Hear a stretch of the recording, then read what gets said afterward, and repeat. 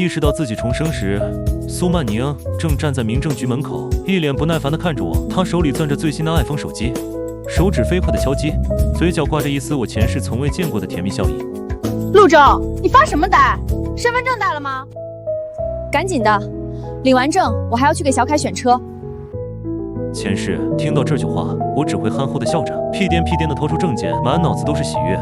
后来我为了还贷，白天在互联网大厂996，晚上跑滴滴，35岁就累出了一身病。我躺在病床上的时候，他却拿着我的救命钱和他那个干弟弟徐凯去旅游。临死前，他拔了我的氧气管，他居高临下地看着我，眼神里满是嫌弃。实话告诉你，孩子从来就不是你的，这20年，你不过就是个赚钱的工具。谢了，兄弟，帮我照顾了这么多年老婆孩子，你可以安心放下了。陆舟，你聋了吗？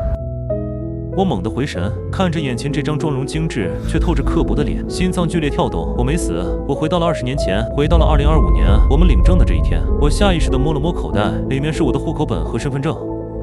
只要踏进身后这扇门，盖上那个钢印，我就会重蹈覆辙，再次成为那个万劫不复的绿毛龟。想让我再当一次冤大头，做梦！我深吸一口气，将手从口袋里抽出来，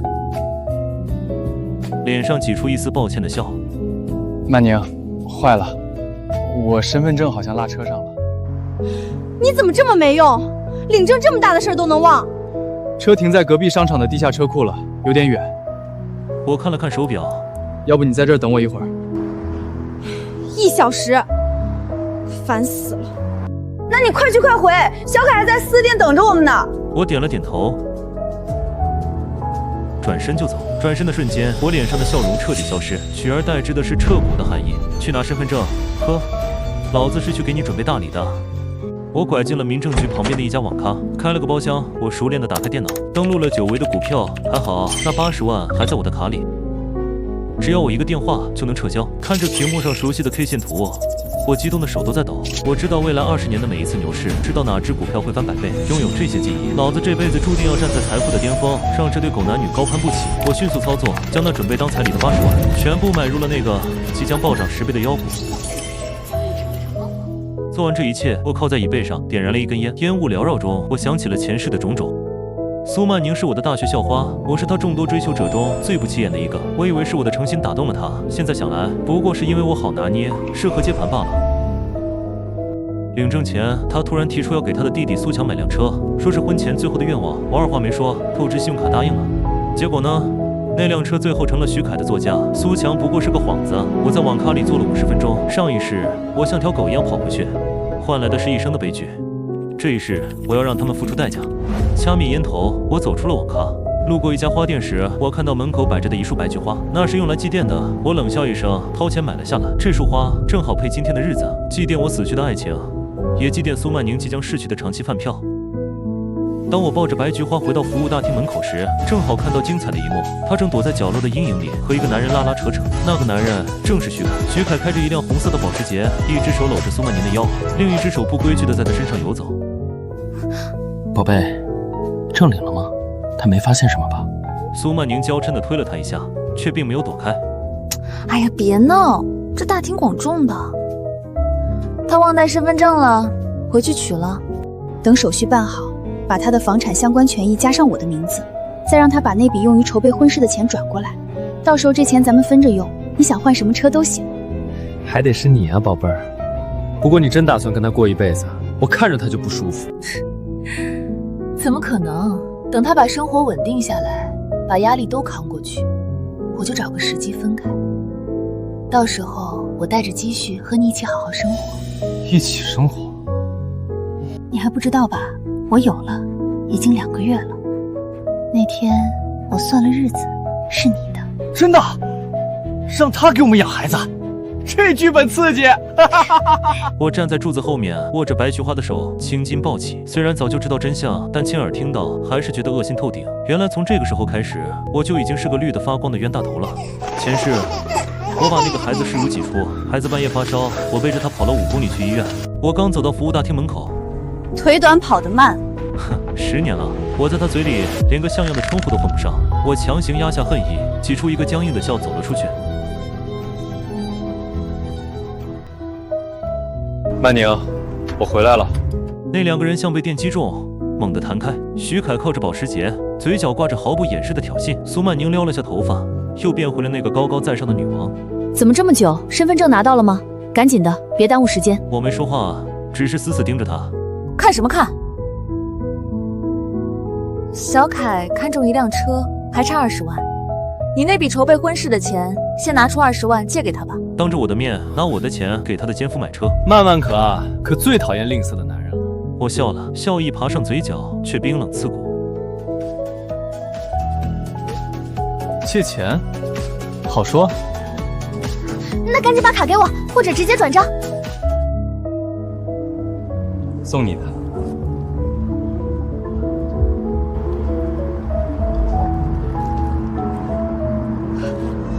陆舟，你什么意思？这么重要的日子，你送我这种花？我是祭奠你刚死去的豪门梦。陆舟，你疯了吧？徐凯吼着就冲了上来，我身体一侧让过他。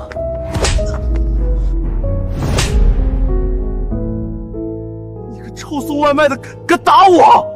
打的就是你这个奸夫。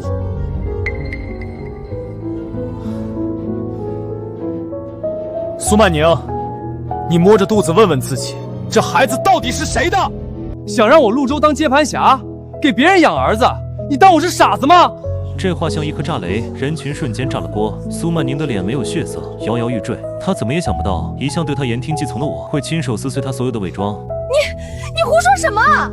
陆舟，你不想结婚就直说，为什么要这么说我？我肚子里是你的孩子啊！我的？咱们在一起3年，我连你的手都没牵过几次。你说你要把最美好的留到新婚之夜，我也信了，尊重你。怎么？我是用1年让你怀孕的？别理这个疯子，我们走。走，先把账算清楚再走。什么账？这3年，我在你身上花的钱，买包、买化妆品，给你弟交学费，给你妈买按摩椅，还有那80万彩礼的定金20万，那是上周转给你的，还钱。陆舟，你还是不是男人？送出去的东西还有要回来的。给爱人的那叫心意，给骗子的那叫糊涂钱。可惜我识人不清，这笔糊涂钱花得太亏了。20万定金，立刻转回来，否则我立马报警。你敢？你看我敢不敢？我现在手里有你们刚才私下交谈的录音，还有你承认孩子情况的视频。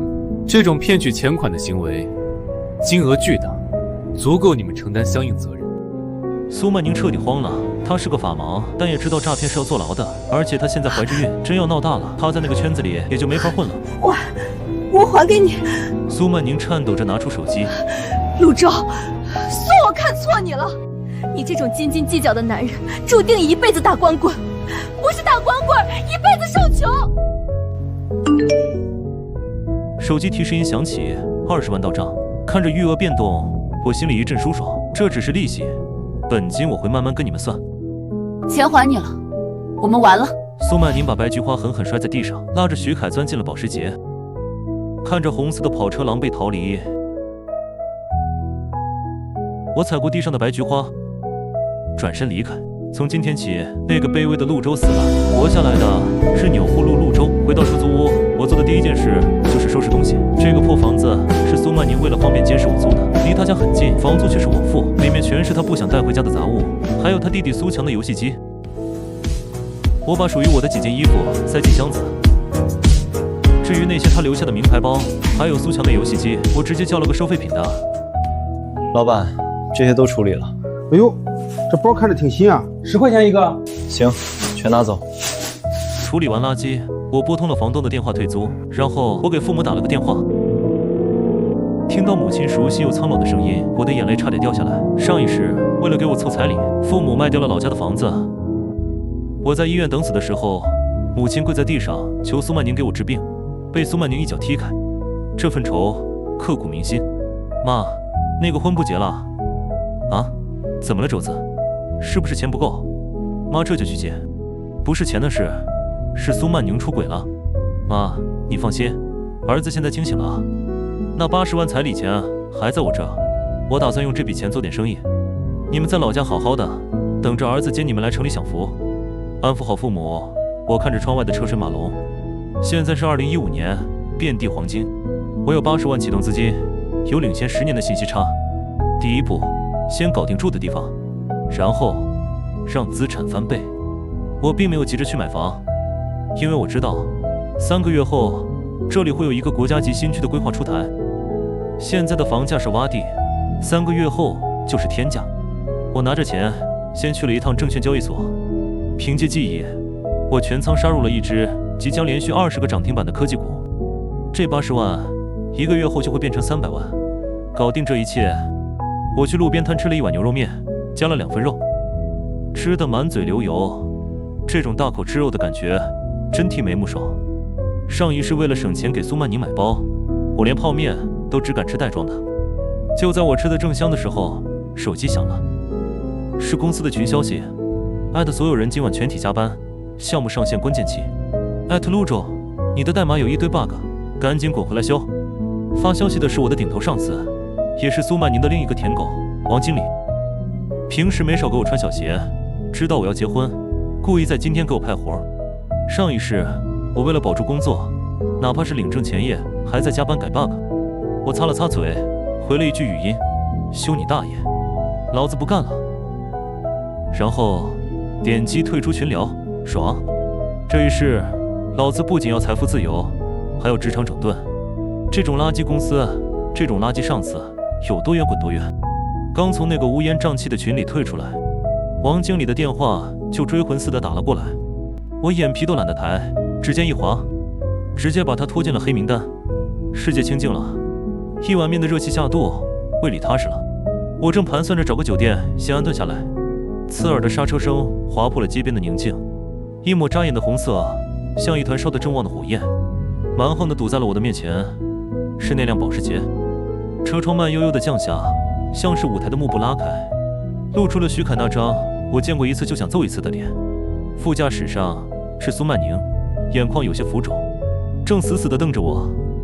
徐凯摘下墨镜，那双眼睛里满是阴鸷的寒光，他像是从牙缝里挤出几个字：陆周，你挺狂啊，拿了钱就想跑，你以为这事儿就这么算了？苏曼宁的声音尖利又委屈。陆周，你今天在服务大厅让我丢尽了脸，现在整个朋友圈都在传我的谣言，你必须发朋友圈给我道歉，再赔我50万精神损失费，不然小凯在这个圈子里可是有人脉的，让你在京海市混不下去，你信不信？哼，原来是来找场子的。也是，这2个被宠坏的巨婴平时嚣张跋扈惯了，今天在我这儿吃了这么大的亏，这口气怎么可能咽得下去？我看着他们，一个虚张声势，一个愿赌泼妇，简直像是在看一出蹩脚的闹剧。人脉混不下去，我却是笑了，嘴角扬起的弧度比在服务大厅时还要冰冷，还要嘲讽。笑声从我的喉咙里滚出来，不高，却让他们的脸色瞬间又难看了几分。我迎着徐凯那要吃人的目光，慢悠悠地开口，一字一顿：徐凯，你爸是叫许大强吧？开建材公司的。徐凯一愣：你怎么知道？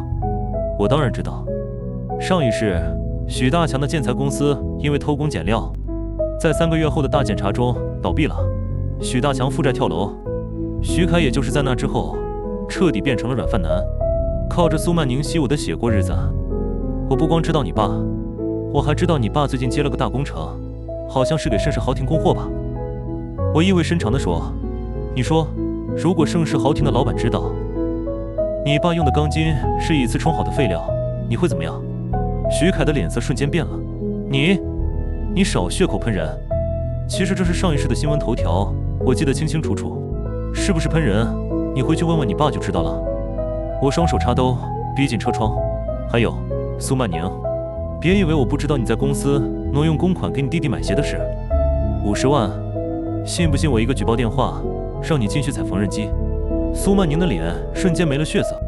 他是公司财务手脚不干净，但自以为天衣无缝。你怎么什么都知道？苏曼宁的声音在颤抖，她看着我的眼神像是在看一个怪物。若要人不知，除非己莫为。我拍了拍保时捷的引擎盖，滚吧，趁我心情好，还没打算把你们往死里整。不过你们记住了，从今天起别惹我，否则我会让你们知道什么叫绝望。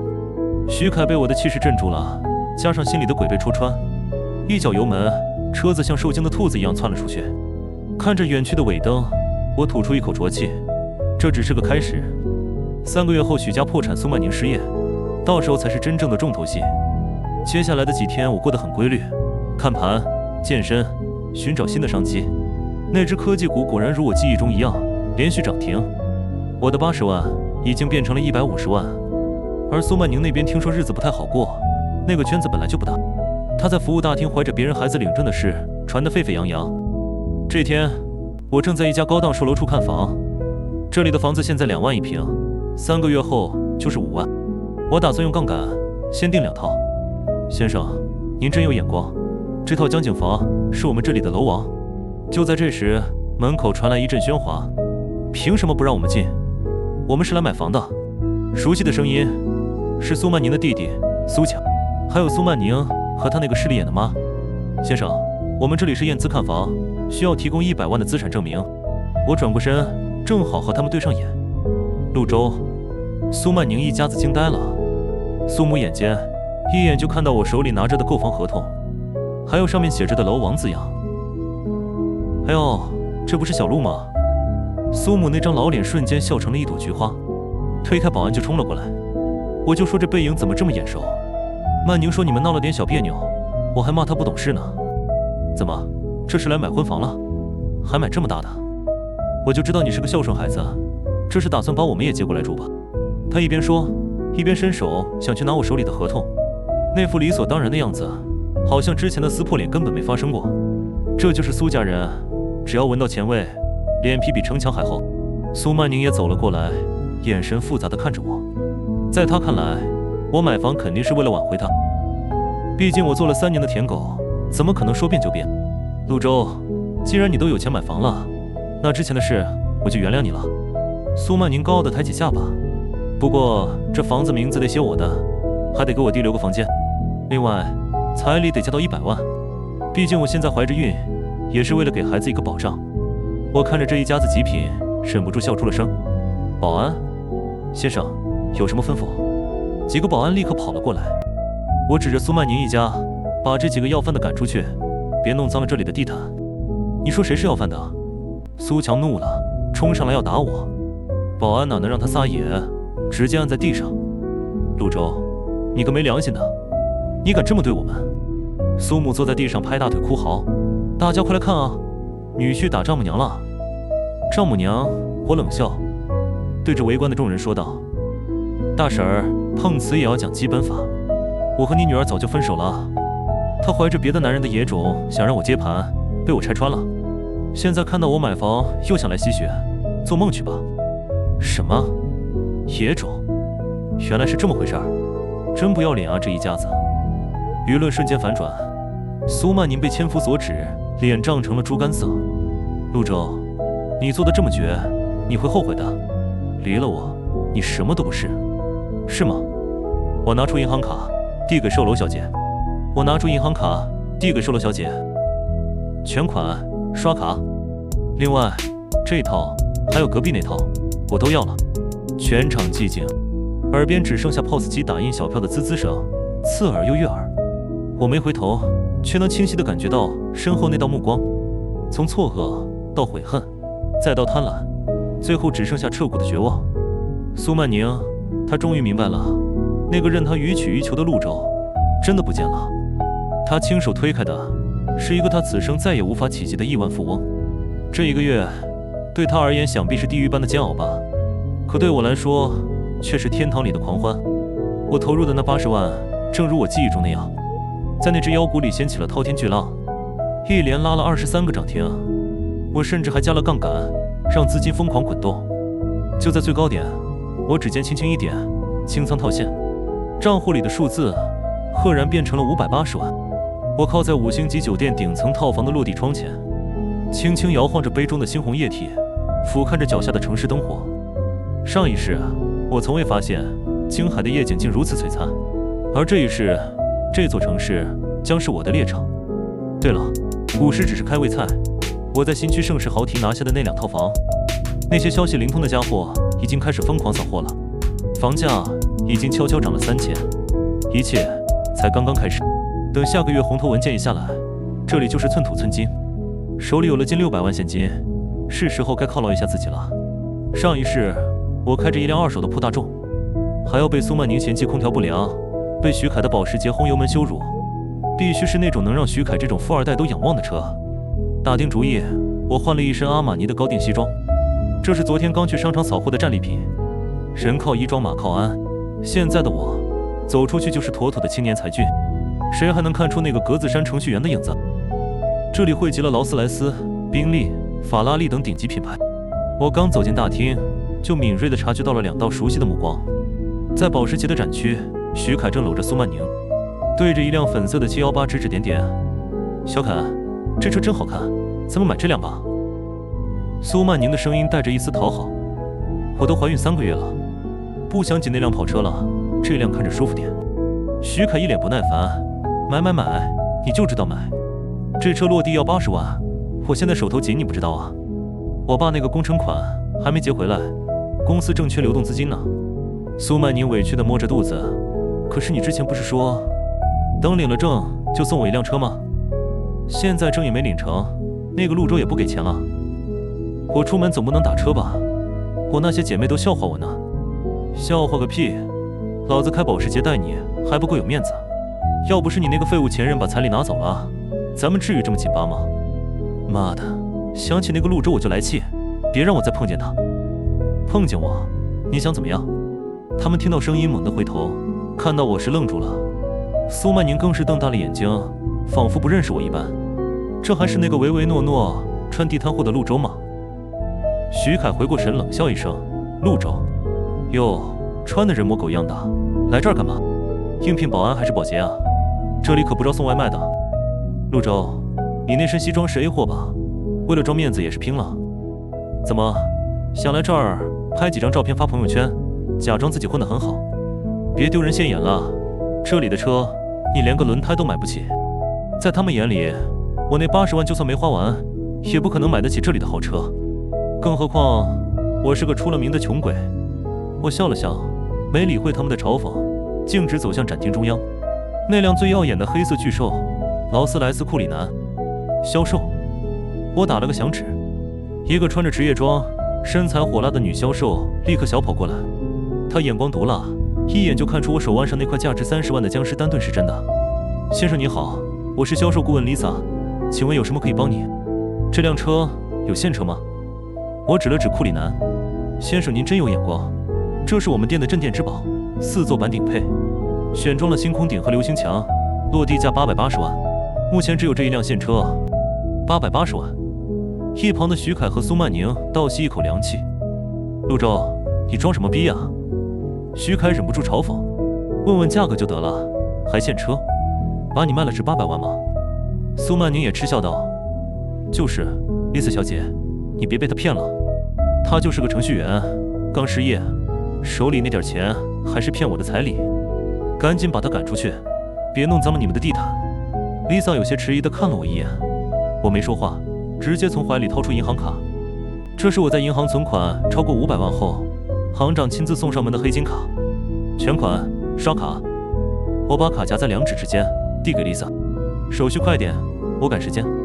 全场死寂，徐凯的下巴差点掉在地上，苏曼宁更是像被雷劈了一样，死死盯着那张黑金卡。这是真的？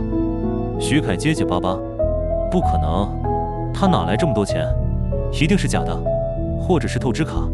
Lisa 颤抖着接过卡，在 POS 机上一刷，滴，交易成功。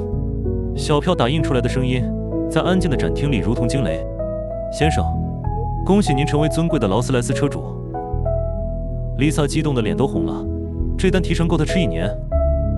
我们马上为您办理手续，请您去贵宾室稍作休息。我点了点头，转身看向目瞪口呆的2人。刚才谁说我连轮胎都买不起的？我指了指那巨大的22寸轮毂。这一个轮胎够买你那辆破保时捷的4个轮子了。徐凯的脸涨成了猪肝色，一句话也说不出来。这种实打实的金钱碾压，比任何语言都要暴力。苏曼宁的身体在颤抖。880万，全款。陆舟竟然有这么多钱，那可是近千万啊！他跟了徐凯这么久，徐凯连个2万块的包都犹豫，而陆舟买辆近千万的车，就像买白菜一样。如果当初没分手，这辆车副驾驶本该是他的。陆舟，苏曼宁的声音突然变得温柔起来，甚至带了一丝哭腔。你是为了气我才买这么贵的车吗？其实我心里一直有你。小凯他对我不好的。他说着，竟然想要上来拉我的手，那副楚楚可怜的模样，若是前世的我，恐怕早就心软了。但现在，我只觉得恶心。别碰我！我后退一步，嫌弃地拍了拍袖子。你是孕妇，万一碰瓷赖上我可说不清楚。而且我这西装挺贵的，怕你有细菌。陆舟，你怎么能这么绝情？苏曼宁眼泪掉下来了。咱们3年的感情，难道就比不上一辆车吗？感情？我冷笑。你的感情值80万吗？哦，不对，值20万定金。苏曼宁，当初你为了20万，要把我送进监狱的时候，怎么不谈感情？我转头看向一脸灰败的徐凯。徐大少，管好你的女人，要是再让我看见她发骚，我就不仅是买车了。我凑近他耳边，低声道：我会买下你爸的公司，然后把你全家赶去睡大街。徐凯浑身一颤，眼中的恐惧终于压过了嫉妒。他感觉得到，现在的陆舟真的有这个实力，而且他爸公司的资金链最近确实出了大问题，正是风雨飘摇的时候。提车仪式很简单，我拒绝了鲜花和拍照，直接开着那辆黑色的库里南驶出了展厅。那种居高临下的视野，V12发动机浑厚的声浪让我肾上腺素飙升。透过后视镜，我看到苏曼宁还在原地抹眼泪，而徐凯正烦躁地推搡她，两人似乎吵了起来。狗咬狗，一嘴毛。就在我享受驾驶乐趣的时候，手机响了，是一个陌生的号码，但我知道是谁。上一世的这个时候，我的高中同学林清雪刚回国创业。前世我落魄时，曾在一次同学聚会上见过她。她那时已经是身家过亿的女总裁，却依然对我这个老同学很客气，甚至想拉我一把，可惜被自尊心作祟的我拒绝了。这一世我要主动出击，因为我知道她现在正面临一个巨大的资金缺口，她的私募公司急需一笔启动资金，这是一个千载难逢的入股机会。喂，哪位？我接通电话，是陆舟吗？我是林清雪。电话那头传来一个清冷悦耳的声音。听说你最近在股市上动静不小，我想和你聊聊。消息传得真快，看来我在股市的神操作已经被有心人注意到了。好啊，老同学。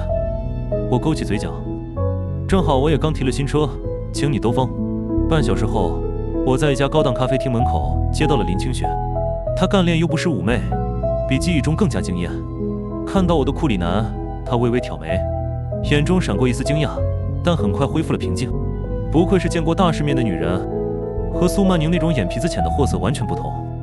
看来传言是真的，你发财了。林清雪坐上副驾驶，系好安全带，而且眼光不错，运气好而已。我谦虚了一句，找我什么事儿？直说吧。我想邀请你做我的合伙人。我手里有个项目，关于区块链技术的，缺500万启动资金。我知道你刚从股市套现，这笔钱对你来说应该拿得出。区块链，比特币，我心里一动。2015年正是比特币起飞的前夜，林清雪竟然这么早就看准了这个赛道，果然是商业天才。500万，我可以投，但我有个条件。什么条件？我要在这个项目里占49%的股份，并且你要做我的私人投资顾问。但我缺一个能帮我打理这些数字的人。林清雪愣了一下，似乎没料到我会提这种要求。49%的股份还要他当顾问，这胃口不小。但他现在的确走投无路，找遍了投资人都没人看好区块链。成交。林清雪伸出手，眼中闪烁着野心的光芒。陆总，合作愉快。握住那只柔弱无骨的手，我知道，我的人生版图正是拼上了最重要的一块。有了林清雪，我就等于拥有了一个未来的金融帝国。和林清雪谈完合作，已经是晚上。我刚把她送回酒店，手机又响了。这次是苏曼宁的妈。喂，陆舟啊，你快来看看吧，曼宁她被徐凯打了，现在在医院呢。许家那个杀千刀的说曼宁肚子里的孩子不是他的，要逼他打掉。你快来救救他！你是好人，你肯定不会见死不救的，对不对？被打，逼堕胎，我一点都不意外。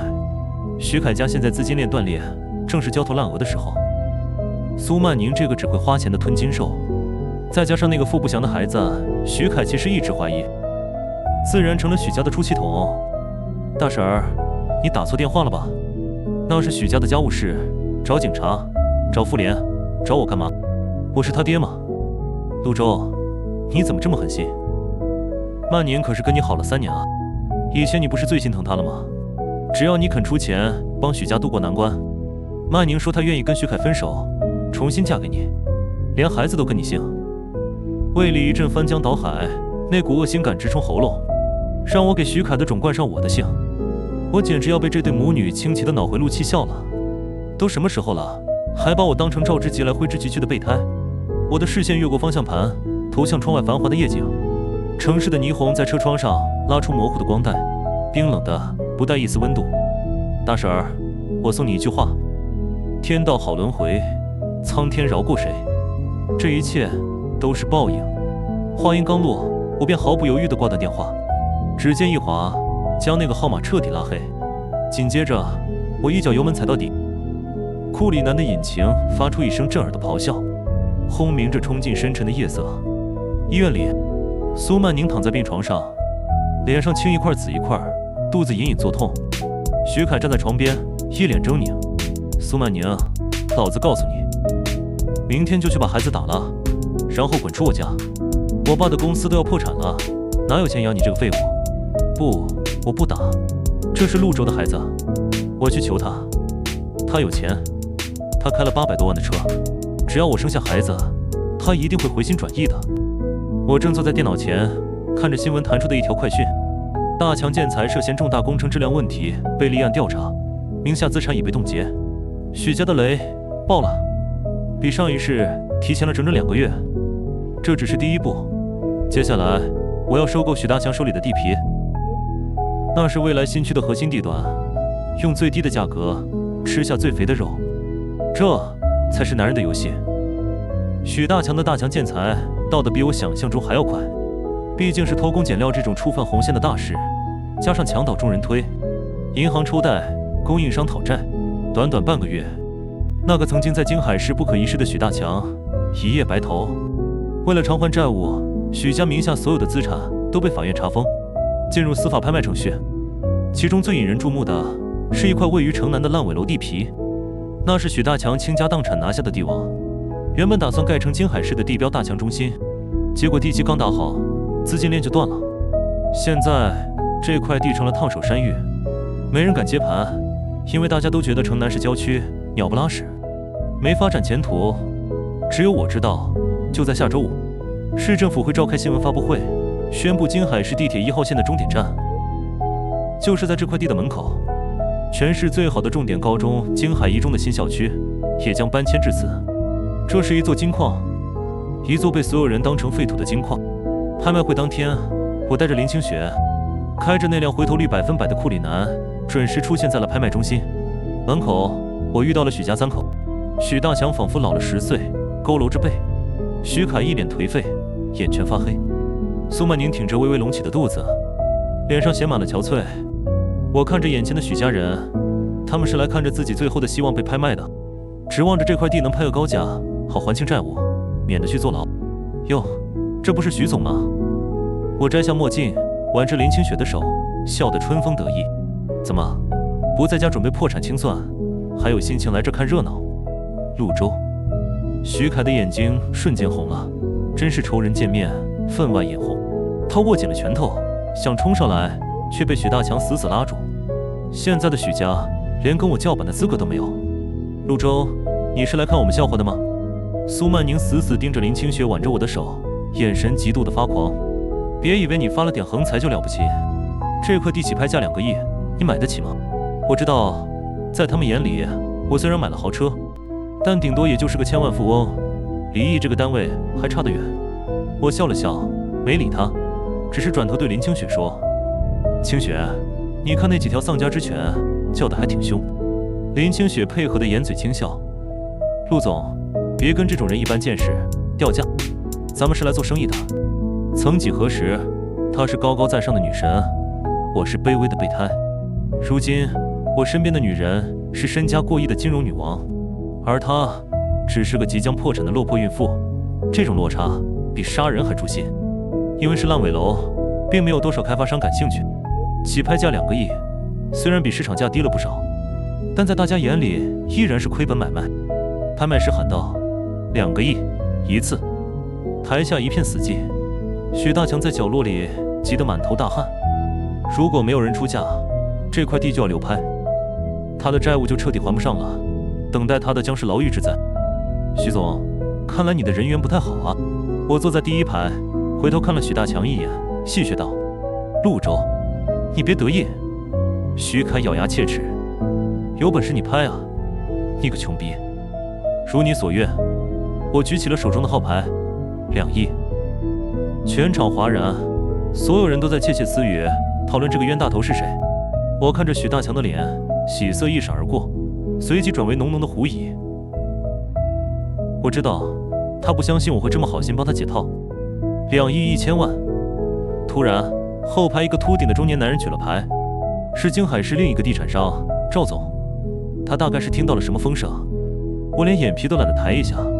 2亿5000万，我直接加价4000万。那个赵总果然犹豫了，毕竟城南现在还是一片荒地。2亿5000万一次，2次。拍卖师的声音在场内回荡。2亿6000万。赵总咬着牙跟了一声。我只是淡定的再次举牌，声音不大，却清晰的传遍了全场。3个亿。轰！全场瞬间沸腾，我能听见周围传来的窃窃私语。为了一个烂尾楼，溢价5000万，这人疯了吧？连林清雪都忍不住用力拉了拉我的袖子，声音发紧：“陆周，3个亿，我们的流动资金加上银行贷款，这已经是极限了。相信我。”我拍了拍他的手背，用无比坚定的眼神看着他。这3个亿会变成30个亿。对面的赵总终于颓然地摇了摇头，放弃了。拍卖师的木锤重重落下，一锤定音。3个亿，3次，成交。恭喜8号买家。随着拍卖锤落下，这块地正式姓陆了。许大强瘫坐在椅子上，虽然地卖出去了，但他算了一笔账，还完银行的高利贷和供应商的欠款。这3个亿刚够填窟窿，他许家依然是一无所有。走出拍卖厅，我被一大群记者围住了。陆先生，请问您为什么花3个亿买一块烂尾地？陆先生，听说您是这块地原主人的债主，这是真的吗？说出了一句让全场震惊的话。因为我看好京海的未来。另外，我想告诉大家，大强建材的债务问题，随着这块地的成交，已经基本解决。但我作为新的债权人，我想对许大强先生说一句话。我穿过人群，走到面如死灰的许家3口面前，镜头对准了我们。许总，你的公司虽然没了，但你还有债没还清。我拿出手机，亮出一张欠条。这是你儿子许凯，也就是这位保时捷车主。这是你儿子许凯，也就是这位保时捷车主之前以公司名义借的高利贷500万，债权刚才已经转让给我了。现在我是你们最大的债主。我俯视着许凯，眼神冰冷。这500万利滚利，现在是800万。鉴于你们名下已经没有资产了，我给你们指条明路。那块烂尾楼工地上还缺几个搬砖的，你们一家3口去给我打工还债吧。按市场价搬一块砖2分钱，大概搬个几亿块，这辈子应该能还清。陆周，我草泥马！许凯崩溃了，冲上来要打我。早就守在旁边的保镖一脚将他踹出3米远。打人，很好。我整理了一下领带，袭警加上欠债不还，许凯，你就等着去牢里捡肥皂吧。苏曼宁吓得浑身发抖，躲在许大强身后不敢出声。他怎么也没想到，陆周不仅拿走了许家的地，还要把他们一家往死里逼。当晚，京海市的新闻头条炸了，神秘富豪3亿抄底城南帝王，原地产大亨沦为搬砖工。我的照片被印在了报纸头条，虽然打了码，但熟悉的人一眼就能认出来。我拔出木塞，啵的一声轻响，像是我为这场豪赌画上的休止符。深红色的酒液沿着晶莹的杯壁缓缓滑落。那是1982年的拉菲，也是我为胜利准备的庆功酒。水晶高脚杯在他指尖微微颤抖，酒液漾起不安的涟漪。他的目光紧紧锁着我，像是在审视，又像是在祈求一个答案。陆舟，他终于开口：“你今天太冒险了，万一那块地……”套房里的液晶电视正播放着晚间新闻。本台最新消息，相关部门刚刚召开紧急发布会，宣布京海地铁1号线规划调整，终点站延伸至城南新区。我的指尖轻轻敲击着杯沿，视线却越过它，落在了屏幕上，并将在该区域建设全新的大学城与重点高中。林清雪的身体瞬间绷紧，整个世界仿佛都静止了。她端着酒杯的手就那么悬停在了半空中，纹丝不动，一寸一寸地把脸从电视屏幕转向我。那双漂亮的眼睛里写满了惊涛骇浪般的震撼。她的嘴唇开合几下，才找回声音：“你早就知道。”我迎着她难以置信的目光，将杯中红酒一饮而尽，醇厚的酒香在舌尖绽放，一如我此刻的心情。我放下酒杯，嘴角勾起一抹一切尽在掌握的弧度。清雪，我说过，这3个亿会变成30个亿。我顿了顿，享受着她屏住呼吸的模样，才缓缓吐出最后一句：“现在你信了吗？”她倒抽一口凉气，那一双眼睛里瞬间被点燃，爆发出从未有过的炽烈光芒，仿佛要将我整个人都吞噬进去。陆舟，你简直是个神！她声音颤抖，带着哭腔。这块地现在的估值至少翻了5倍，而且随着地铁开通还会暴涨。我们发财了。下一秒，她像一颗出膛的炮弹猛地冲过来，带着红酒的香气和无法抑制的狂喜，给了我一个结结实实的拥抱，温香软玉满怀，我却心静如水，因为我知道更精彩的还在后面。就在这时，我的手机响了，是一个陌生的号码，但归属地显示就在酒店附近。我接通，电话那头传来苏曼宁卑微到尘埃里的声音：“陆舟，是我，曼宁，我在你酒店楼下，我能见见你吗？求你了，就一面。”我让前台放他上来了，不是旧情难忘，而是我想看看曾经不可一世的女神，如今能见到什么地步。苏曼宁进门的时候，全身都湿透了，外面下着大雨，她为了博取同情，显然是故意淋雨来的。她脱掉了那件旧大衣，里面竟然穿了一件当年我最喜欢的白色连衣裙。虽然现在因为怀孕有些紧绷，但依然能看出她精心打扮过。陆舟，看到坐在真皮沙发上摇着红酒杯的我，苏曼宁的眼泪瞬间掉了下来。我错了，我真的错了，我被徐凯那个畜生骗了，他根本不爱我，他只把我当玩物，只有你是真心对我的。他扑通一声跪在我面前，抱住我的大腿。陆舟，你看，我还穿着你最喜欢的裙子，我们重新开始好不好？我不介意你有别的女人，只要你给我一个角落，让我给你生孩子。哦不，哦，这个孩子我明天就去打掉，我给你生一个属于我们的孩子。他一边说，一边试图解开连衣裙的扣子，露出大片雪白的肌肤。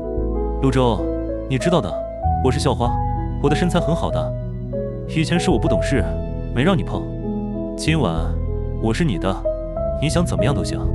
看着眼前这个卑微如狗的女人，我心里没有一丝波澜，只有深深的厌恶。上一世我为了这个女人付出了一切，最后像狗一样死在病床上。这一世她为了钱可以毫不犹豫地打掉孩子，出卖身体。苏曼宁，我用脚尖挑起她的下巴，看着那张曾让我魂牵梦绕的脸，你是不是觉得男人都是贱骨头，只要你勾勾手指，我就得像狗一样爬过来？不是的，苏曼宁颤抖着，我是真的爱你。哎，我猛地一脚将他踢开，你的爱太脏了。我指着落地窗外的暴雨，看看现在的你，连外面的流浪狗都不如。许家破产了，徐凯要去坐牢了，你那个吸血鬼妈正躲在出租屋里骂你。你现在唯一的希望就是我，可惜我不收垃圾。陆舟，你不能这么对我。苏曼宁崩溃大哭。我是孕妇啊，你怎么能这么狠心？你哪怕给我一点钱也好啊。50万，不，10万。10万就够我把孩子生下来了。10万，我笑了。刚才那瓶酒就20万。我把剩下的半瓶酒倒在地毯上，红色的酒液像血一样蔓延。你舔干净，这瓶酒算我赏你的。苏曼宁愣住了，屈辱、愤怒、绝望在他脸上交织，但最终，生存的本能战胜了一切。他真的趴在地上，像狗一样去舔那红酒渍。我拿出手机拍了一张照片，这张照片我会发给徐凯，让他看看他在牢里受苦的时候，他的女人是怎么在外面求我的。滚！我转身走进卧室，不想再看这令人作呕的一幕。苏曼宁是被保安拖出去的，她的哭喊声在走廊里回荡，她的哭喊声却再也激不起我的一丝涟漪。第二天，许家彻底崩盘的消息传遍了京海，许大强因涉嫌非法集资和工程诈骗被警方带走，许凯因为故意伤害和巨额债务也被拘留。很快，这里将拔地而起一座摩天大楼，它将是我商业帝国的起点。清雪，通知下去，我指点江山，所有的楼盘暂不预售，我们要5盘惜售。我要让这里的房价突破10万一平。10万。林清雪倒吸一口凉气，现在京海的均价才2万，相信我。我自信一笑，这是一个创造奇迹的时代。就在这时，我的手机响了，是一个陌生的号码。接通后传来一个低沉的声音：“是陆舟先生吗？我是京海市商会的会长，听说你拿下了城南的帝王，今晚有个私人晚宴，京海的头面人物都会来，不知道陆先生赏不赏脸？”京海商会，那是上一世我连门槛都摸不到的顶级圈子，里面的人动动手指就能让京海地震。许大强那种暴发户，连给他们提鞋都不配。好，我会准时到。挂断电话，我整理了一下衣领。真正的挑战现在才刚刚开始。许家只是新手村的小怪，接下来我要面对的是真正的资本巨鳄。晚宴在京海最豪华的云顶会所举行，我们一进场就成为了焦点。这就是那个陆舟，这么年轻，听说是个狠人，把他前女友一家整得家破人亡。英雄出少年啊，这眼光绝了！周围的议论声不绝于耳。我端着香槟，应对自如。我在这些老狐狸面前丝毫不落下风。就在我与一位银行行长谈笑风生时，门口突然传来一阵骚动，一个穿着唐装、手捻佛珠的老人走了进来，全场瞬间安静下来，所有人都在向他致敬。赵爷来了，赵半成啊，京海一半的地皮都是他的。赵爷，赵山河，京海市的首富，也是那个在拍卖会上跟我竞价的赵总的大伯，更是上一世让许大强仰望了一辈子的神。赵爷径直走到我面前，浑浊的眼睛上下打量着我。年轻人，就是你抢了我侄子的地。语气平淡，却带着不容置疑的威压。周围的人都替我捏了一把汗。被赵爷盯上，在京海基本就别想混了。我毫无惧色，举杯示意。赵爷说笑了：“商场如战场，价高者得。我是凭本事捡的漏，怎么能叫抢呢？”呵呵，好一个凭本事捡漏！赵爷突然大笑，有胆识，比我家那个不成器的侄子强多了。他拍了拍我的肩膀。不过，年轻人，木秀于林，风必摧之。城南那块肉太肥，你一个人吃得下吗？小心撑死！威胁，赤裸裸的威胁。他这是想分一杯羹，或者说想直接吞掉我的果实。我看着这只老狐狸，嘴角勾起一抹玩味的弧度。赵爷牙口好，自然什么都吃得下。不过我这人有个毛病，护食。到了我嘴里的肉，谁伸手我就剁谁的手。全场死寂，没有人敢这么跟赵爷说话。林清雪吓得脸色惨白，拉了拉我的衣袖。赵爷的笑容凝固了，他眯起眼睛，杀气弥漫。好，很好。京海很久没出过这么狂的年轻人了，那我就等着看你的牙口到底有多硬。说完，他拂袖而去。晚宴的气氛瞬间降到了冰点，所有人都像躲瘟神一样躲着我。得罪了赵爷，在他们看来，我已经是个死人了。林清雪担忧地看着我，陆周，你太冲动了。赵家在京海根深蒂固，黑白两道通吃，我们现在的实力根本斗不过他，斗不过。我看着窗外的夜色，眼中闪过一丝金光。如果是上一世，我确实斗不过，但这一世，我知道他所有的底牌，包括他那个即将爆雷的地下钱庄。赵山河3个月后会因为涉黑和洗钱被抓，这才是京海最大的雷，而我将是那个引爆他的人。赵山河的报复来得很快，也很猛。第二天一早，我的工地就被一群地痞流氓围住了，他们不开打，就搬个马扎坐在大门口，甚至拉了几辆土方车堵路，理由是怀疑工地噪音扰民，要求停工整顿。紧接着，银行的电话被打爆了，原本求着给我贷款的行长突然集体变脸：“陆总，不好意思啊，项目风险太大，贷款批不下来了。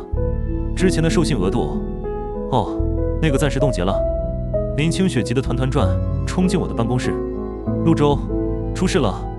所有供应商都宁愿赔违约金，也不肯给我们供货，银行也抽贷了。这肯定是赵爷干的，他在京海只手遮天，这是要活活困死我们。”我淡定地喝着茶，看着窗外那些纹身大汉：“清雪，别慌，让子弹飞一会儿，让子弹飞一会儿，还飞，再飞我们就破产了。我们现在的流动资金只够支撑1周，1周后发不出工资，不用赵爷动手，工人就能把我们撕了。1周，我笑了，足够了。”我拿出手机，拨通了一个记在脑子里很久的号码，那是省纪委的举报热线，但我没有直接打，而是编辑了一封长达3000字的匿名邮件，附带了一个云盘链接，链接里是赵山河那个地下钱庄的所有账目明细，以及他和几个保护伞的交易记录。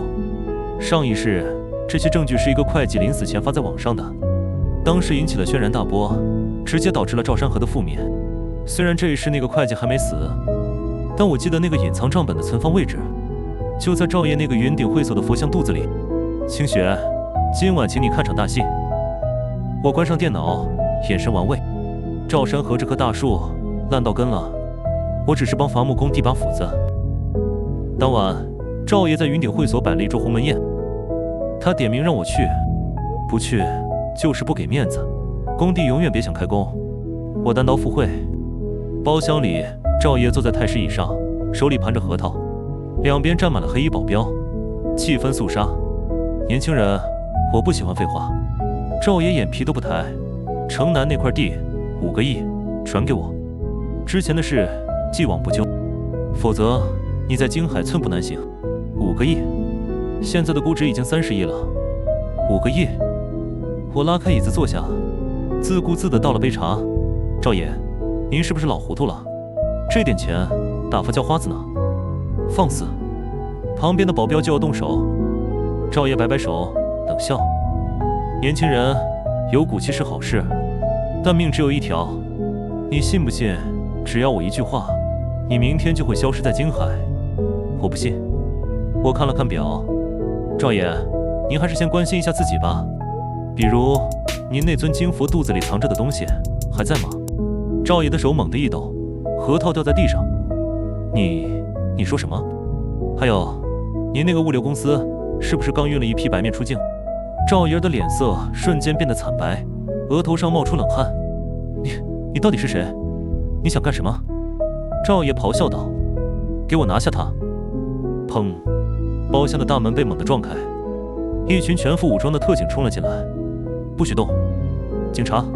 带队的警官亮出证件：赵山河，你涉嫌组织黑社会性质组织、洗钱、走私等多项罪名，现在被正式逮捕。赵爷瘫软在椅子上，看着一脸淡然的我，眼中满是惊恐。是你举报我？我站起身，整理了一下西装。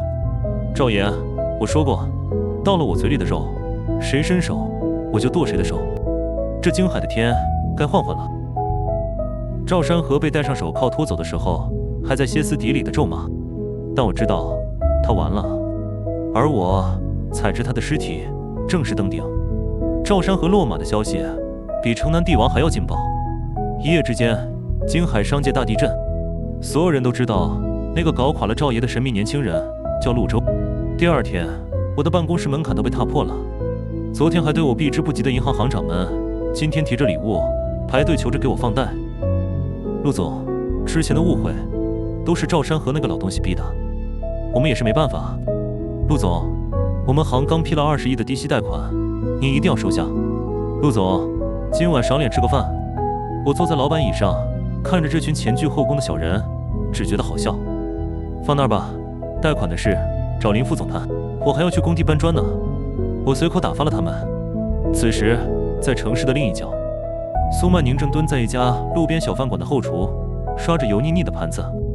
我妈把我赶出来了，因为我没钱。徐凯坐牢了，许家查封了，我一个孕妇，没学历没技能，名声又出了大街，根本找不到体面的工作。为了不被饿死，我只能来这种不需要身份证的小饭馆打黑工，一个月1500，管吃不管住。快点刷，磨蹭什么呢？老板娘一脚踢在我的屁股上，洗不完这堆盘子，今晚没饭吃。我咬着牙，眼泪混着洗洁精水往下流。那双曾经只用来涂指甲油的手，现在泡得发白起皱，满是裂口。我看着脏水里的倒影，几乎认不出那是曾经的校花。这时，饭馆大堂的电视里正在播放新闻，本市著名企业家陆周先生今日宣布向贫困山区捐款1个亿。画面上，他西装革履，意气风发，正在接受市长的接见。哐当，我手里的盘子掉在地上，碎了。我呆呆地看着屏幕里的他，那个曾经对我百依百顺的男人，如今已经站在了云端，而他却在泥潭里挣扎。你看什么看？赔钱！这盘子10块钱一个。老板娘冲过来揪住他的头发，没钱赔，那就拿工钱抵。这个月你白干了。我不干了，我要去找陆周。我是他前女友，他那么有钱，随便给我一点都比这强。苏曼宁疯了一样挣脱，冲出了饭馆。他不甘心，他不信陆周真的这么绝情。3天后，陆氏国际电机仪式现场红旗招展，我拿着金剪刀正准备剪彩，突然警戒线外传来一阵骚乱，一个蓬头垢面、挺着大肚子的疯女人冲了进来。陆周，你看看我是曼宁啊！保安立刻上前拦住他，干什么？疯婆子滚远点！我不走，我是陆总的前女友，我肚子里怀过他的孩子。苏曼宁大喊大叫，试图引起媒体的注意，她想用舆论逼我就范，只要我承认跟他有过一段，哪怕是为了封口费，也会给他一笔钱。记者们的长枪短炮瞬间对准了他，我也停下了手中的动作，饶有兴致地看着这一幕。陆总，这位女士自称是您的前女友，请问是真的吗？我接过话筒，走到台前，看着那个在保安手里挣扎的女人，我笑了。各位媒体朋友，既然大家都在，我就澄清一下。我指着苏曼宁，这个女人确实是我前女友，不过她在我准备跟她领证的那天，怀着别人的孩子，想要骗我的彩礼和房产，让我当接盘侠。这件事当时服务大厅很多人都看到了，现场一片哗然。记者们像闻到了血腥味的鲨鱼，闪光灯疯狂闪烁。不仅如此，我继续说道，他伙同他的奸夫徐凯，试图敲诈勒索我。现在徐凯已经进去了，没想到他还不死心，想来碰瓷。陆周，你胡说，孩子是你的，是吗？我拿出一份文件，这是徐凯入狱前的亲笔供词，他承认孩子是他的。还有，这是医院的亲子鉴定报告，当然是我伪造的，但这会儿谁在乎真假？我和你没有任何血缘关系。我把文件扔在他脸上。苏曼宁，做人要有底线，你现在的样子真让我恶心。保安，把他送去精神病院，我觉得他精神不太正常，需要治疗。不，我没疯。陆周，你不得好死。苏曼宁被几个保安架着拖走了，等待他的将是暗无天日的精神病院，和那个因为营养不良而注定畸形的孩子。剪彩继续，礼炮齐鸣。在漫天的彩带中，我彻底埋葬了过去。随着地铁1号线的正式通车，城南新区的房价一夜之间翻了3倍。我的陆氏国际还没开盘，认筹的人就排到了法国。光是这块地，我的身价就暴涨到了50亿，加上林清雪帮我打理的区块链投资，比特币像疯了一样上涨。我的资产正式突破100亿大关。方向盘上冰冷的双 R 标志，无声地宣告着我的新身份。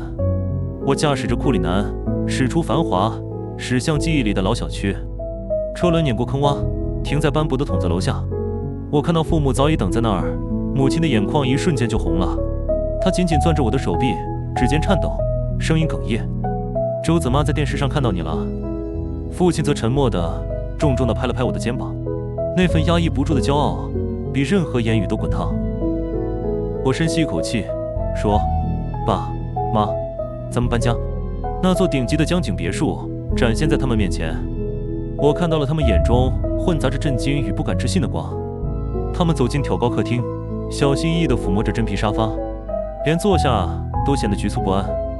我心底的疲惫被冲刷干净，为了这一刻，一切都值了。安顿好后，母亲拉着我的手，又开始了熟悉的唠叨：“儿子，家有了，你也该成个家了。我看那个林姑娘就不错，漂亮，有本事，对你是真心的。”林清雪这个名字在我心头轻轻一拨，泛起涟漪。这半年来，是她一直默默站在我身后，为我搭建起商业帝国的半壁江山，从无怨言。在这名利场里，我见过太多算计的眼神，唯有她的永远清澈，那里面是纯粹的崇拜与爱慕，没有一丝杂质。或许母亲是对的。知道了吗？我会考虑的。就在我准备向林清雪表白的时候，苏曼宁的消息再次传来，他在精神病院生了，是个男孩。孩子一出生就有严重的先天性心脏病，治疗费需要50万。苏母一听要钱，直接挂了电话，连夜搬家跑路了。苏曼宁抱着孩子跪在医院门口乞讨，他现在的样子比乞丐还不如，头发花白，眼神呆滞，只有在看到路过的豪车时，才会神经质地冲上去喊：“陆舟，是你吗？”那天我的车正好路过医院，林清雪坐在副驾驶，看到了这一幕。要帮帮他吗？毕竟林清雪有些不忍。我看着窗外那个疯疯癫癫的女人和她怀里那个奄奄一息的婴儿，帮。我摇了摇头。有些路是自己选的。当初她想让我当接盘侠的时候，有没有想过我也许会被她逼死？走吧。升起车窗，隔绝了外面的喧嚣。库里南绝尘而去，苏曼宁追着车尾气跑了几步，然后重重地摔在泥水里。婴儿的哭声在寒风中渐渐微弱，这就是他的结局。5年后，京海市最大的5星级酒店今日被整个包场。酒店外豪车云集，红毯铺地，媒体记者扛着长枪短炮。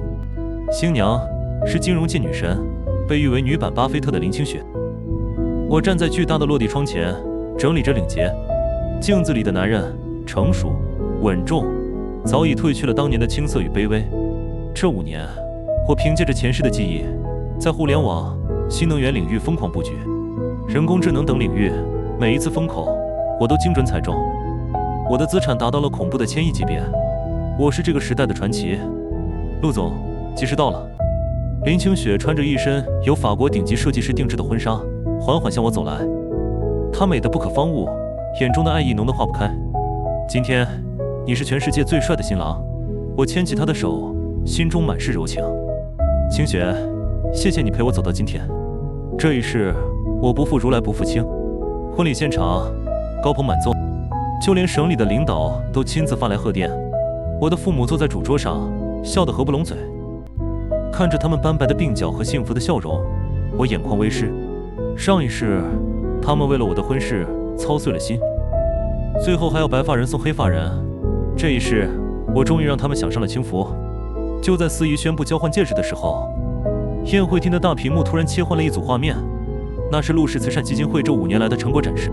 画面中，无数贫困山区的孩子背着新书包，住进了宽敞明亮的校舍，脸上洋溢着灿烂的笑容。台下掌声雷动，陆总真是大善人啊，这才是企业家的担当。然而，在画面的角落里，有一张照片引起了我的注意，那是一个正在垃圾桶里翻找食物的流浪丰富。虽然只有1秒钟的镜头，但我还是认出了他，苏曼宁。原来他还没死，还在这个城市的某个角落像蛆虫一样活着。婚礼结束后，我特意让人去查了苏曼宁的现状，得到的报告让我唏嘘不已。苏曼宁当初在医院被保安赶走后，因为精神失常加上没钱治病，那个孩子没过多久就夭折了。他受不了打击，彻底疯了。他妈怕他是个累赘，连夜搬家跑路，把他一个人丢在街头。从此，他成了京海市的一名流浪汉，白天在垃圾桶里翻吃的，晚上睡在桥洞下。据说，他每天嘴里都念叨着一句话：“我是首富夫人，陆舟来接我了。”而徐凯在牢里也没好过，因为他以前嚣张跋扈，得罪了不少人。进去了以后，被里面的狱霸重点照顾。听说他在里面不仅每天要刷马桶，还要给狱霸洗内裤，稍有不慎就是一顿毒打。更惨的是，他在一次劳动改造中被机器砸断了一条腿，成了残废。就算以后出来了，也是个废人。至于许大强，因为非法集资数额巨大，被判了无期徒刑。许家彻底绝后了。几天后，我开着车路过那个桥洞，鬼使神差的，我停下了车。桥洞下，几个流浪汉正围着一个火堆取暖。苏曼宁缩在角落里，身上裹着一件破烂不堪的棉袄，头发结成了饼，脸上满是污垢。他手里拿着半个发霉的馒头，却舍不得吃，而是小心翼翼地喂给怀里的一只死老鼠。宝宝乖，吃一口，爸爸马上就来接我们了。他对着死老鼠喃喃自语，眼神温柔的可怕。我站在远处看着这一幕，曾经那个高高在上的校花，那个让我当备胎、当接盘侠的女神，如今竟然沦落到这种地步。如果不是亲眼所见，谁能相信这是同一个人？陆舟。突然，苏曼宁似乎感应到了什么，猛地抬起头，她浑浊的眼睛死死盯着我，或者说，盯着我身后那辆熠熠生辉的劳斯莱斯。是你吗，陆舟？你终于来接我了。他扔掉死老鼠，疯了一样向我冲过来。保镖立刻上前拦住他。干什么？退后！苏曼宁被按在地上，还在拼命挣扎。你看，我还戴着你送我的戒指。他举起手，手指上套着一个生锈的铁环，那是他在垃圾堆里捡的，当成了结婚戒指。我走到他面前，居高临下的看着他，没有同情，只有冷漠。苏曼宁，你看清楚我是谁？他愣住了，呆呆地看着我，然后他突然大笑起来，笑得眼泪直流。你是陆舟，你是首富，可你不是我的陆舟。我的陆舟是个傻子，是个只会给我钱花的傻子。他死了，被我害死了。他一边哭一边笑，最后在地上打滚。疯了，彻底疯了。我转身上车，走吧。车子启动，缓缓驶离。后视镜里，苏曼宁还在对着空气挥手，嘴里喊着：“陆舟，慢点开，别忘了给我买包。”我收回目光，看向身边的林清雪，她正低头看着一份文件，侧脸恬静美好。感受到我的目光，她抬起头，对我温柔一笑：“怎么了？”“没什么。”我握住她的手，只是觉得现在很幸福。很多年后，当我站在福布斯富豪榜的颁奖典礼上，面对全世界的媒体时，记者问我：“陆先生，您这一生最成功的投资是什么？”台下坐着我的妻子林清雪，还有我们的一双儿女，他们正用崇拜的眼神看着我。我笑了笑，对着镜头说道：“也不是投了哪个项目，而是在那个人生的十字路口，我没有回头，我拒绝了那个让我当接盘侠的女人，选择了一条属于自己的路。”全场掌声雷动，只有我知道这句话的分量有多重。那是两世为人用血泪换来的觉悟。从那天起，京海市流传着一个传说，关于一个穷小子如何逆袭成为1000亿首富的传说。而在那个传说的阴影里，有一个疯女人，在每一个雨夜都会对着过往的豪车凄厉地哭喊着一个名字，那个名字叫后悔。